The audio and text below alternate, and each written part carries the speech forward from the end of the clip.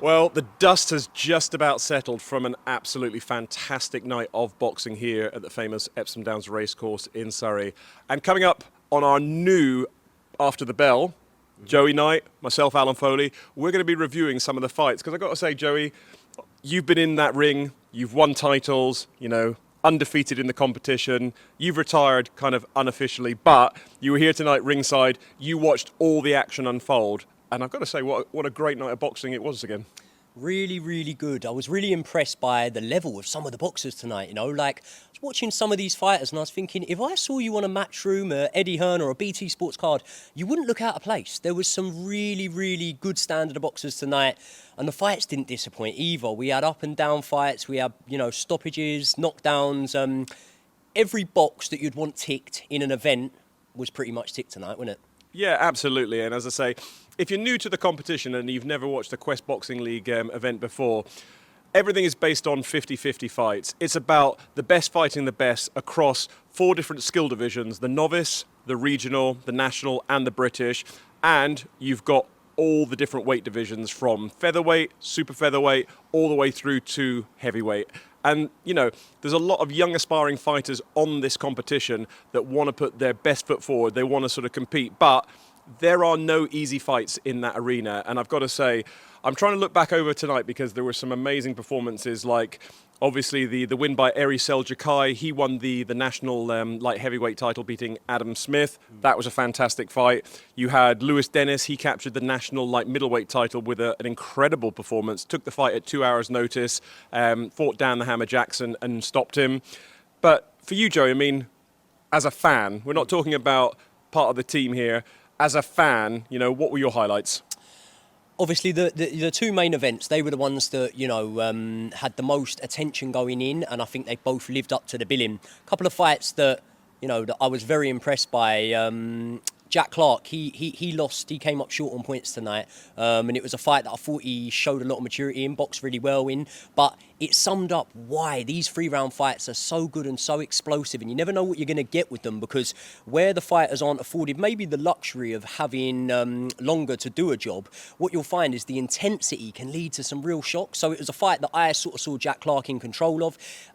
His opponent landed a standing count, it was, in the final round, and then obviously final seconds of that last round. Yeah, right at the end, and that sort of shift the balance. So there were so many fights that looked from the offset like they were going to go one way and then ended up swinging the other way. And I think that's the best thing about having these 50-50 fights. And before I move on from it, I'm going to pay you a lot of credit here, because obviously there's a fight that we spoke about between Jackson and Dennis, and obviously I think it was Jackson's opponent originally had pulled out on the day. Now, whether we pride ourselves on putting on 50-50 fights or not, we all know that once someone pulls out on the day, it's slim pickings. You've got to get really anyone in, and that's where you might see an on-the-road fighter, a journeyman come in who hasn't sold tickets and maybe doesn't have the will to win that a fighter that had an 8-week camp and have all his friends and family there might have. However, somehow you pulled a rabbit out the hat there and brought in an absolute 10 out of 10 opponent in place. And the proof's in the pudding. We saw what happened in that fight. So that's something that I think yourself and everyone on the show should take massive credit for. No, thank you. And credit to Dan Jackson. He could have taken an easier opponent. Lewis Dennis was one of the options when his opponent pulled out. And like you say, it was a fantastic fight. Very, very high level. Lewis Dennis, a former amateur, won the Haringey Box Cup. So, he was a seasoned fighter. Even though he's only had 15 fights in total, he was a good fighter. And then, for me, if you look down the card, one of the fights that I thought was unbelievable, and probably across the night, the one that a lot of people were coming up to me and saying that fight was unbelievable, was early on in the card, fight number 3, I think it was, Sidney Hardwick up against Rummy Fox. Really, really good story about this fight. Both of these boys making their competitive boxing debut, not just in Quest, but their competitive debut ever. Neither of them have ever stepped inside the ropes for a competitive fight before. And when you make these types of fights, I knew that the fight was going to be good. I'd seen the footage of both of them sparring, which is the only thing I could go on. So when that match was made, I was like, you almost kind of have your fingers crossed that it turns out to be a good fight, that one fighter isn't much better than the other on the night, even though it's their first fight. But what unfolded, and I've got to say, was technically good. They looked really, really good. it kind of had everything in it. I mean, the first 2 rounds, Sidney Hardwick was in control, and it looked like, he was going to sort of walk away with it. Then he got caught in the last round, and it turned out to be a technical draw. But when you watch this fight back, and I say this very confidently, you will enjoy watching this fight, and you will be astounded that this is their first fight, considering that neither of them have had a competitive bout before, neither of them have had amateur experience or been training for years and years. These are green, new fighters, and they put on, in front of a huge crowd here at Epsom, a great fight. Yeah, you actually really surprised me, because that's the first time I've heard that was both of their first fights. And I think that, listen, straight away, the first thing we should say is the quality of both boys for it being their first bout, not just on the show, but in boxing in general.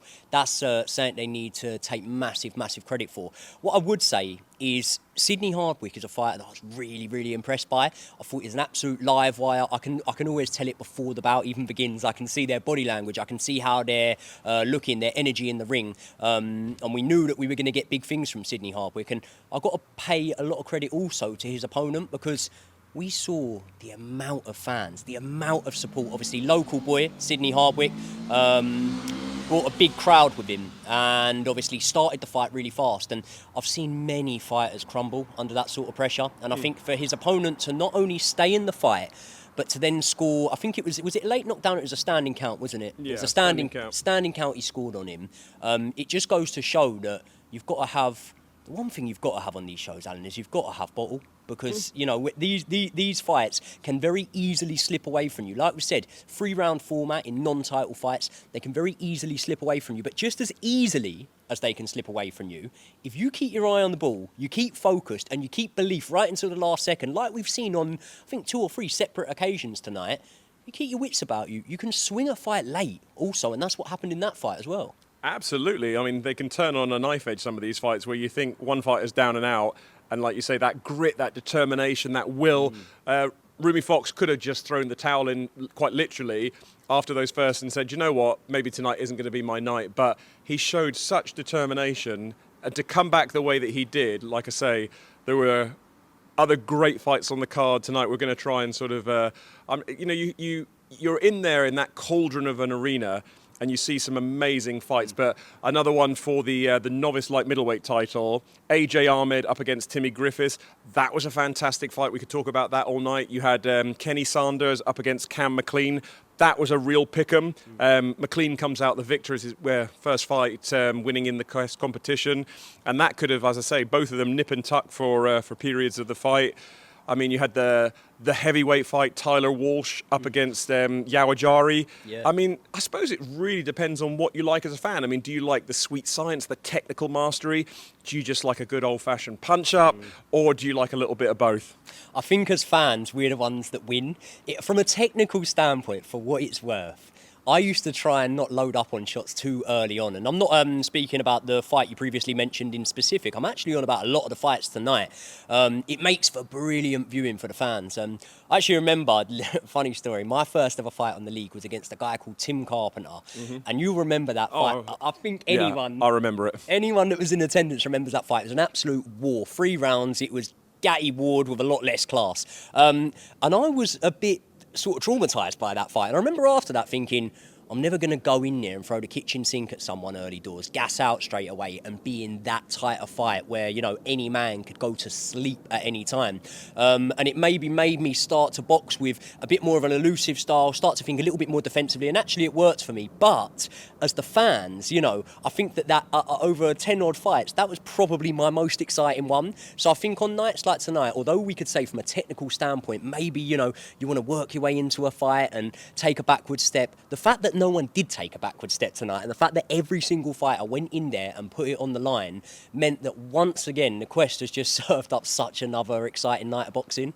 Yeah, absolutely. And another fight that's just sprung to mind was the fight between Kieran Strevens and Tom Kellond. Yeah. That was a fantastic fight. Again, both novices, another great fight. So the list could go on and on. There were some amazing fights, but I've got to say, Quest is always known for these 50-50 fights. It's known for the sort of the pick-em fights where going into a show, you just can't pick a winner. And tonight certainly delivered. The fights were fantastic. The atmosphere was electric. And everybody left saying what a great night of boxing it was. So, Joey, it's been a pleasure having you on the show. Great to talk about the fights. And I know you'll be back and there's plenty more big nights to come. So, as I say, we'll maybe be doing some more previews of up-and-coming fight shows as well as the After the Bell reviews. So, again, thank you for joining us. My name's Alan Foley. This is Joey Knight. This is Quest Boxing, and make sure you tune in next time as we bring you more of the UK's Premier Boxing League.